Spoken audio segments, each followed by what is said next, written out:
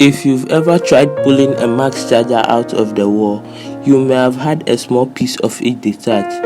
It's actually designed to come apart, similar to these two plastic hooks that easily flip open. But why is the max charger designed this way? Well, that's what I'll explain right now. So a feature of Apple's notebook chargers for over a decade has been removable outlet plugs.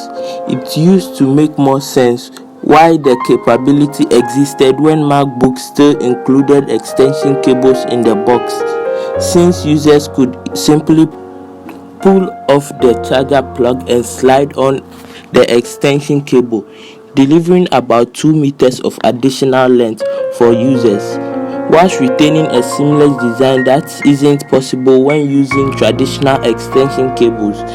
This is still possible with the Mac chargers today. You just have to spend the extra $19 to buy the cable yourself. But Apple managed to include even more functionality by creating several additional plugs with specialized prongs to fit various electrical outlets across the globe.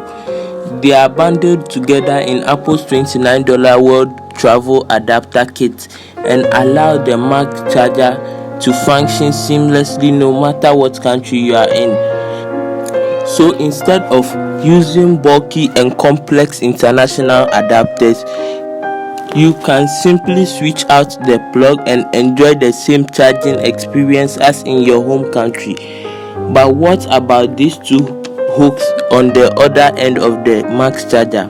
Well, they allow for a convenient place to coil the charging cable whilst not in use, although this feature was removed from the chargers beginning in 2015 with the 12-inch MacBook, since Apple noticed that users often wrap the power cable too tightly around the hooks, which caused durability issues like cramping, tearing and fraying. So to discourage this behavior, the hooks were removed. But Apple went a step further and allowed the power cable itself to be separated from the charging brick.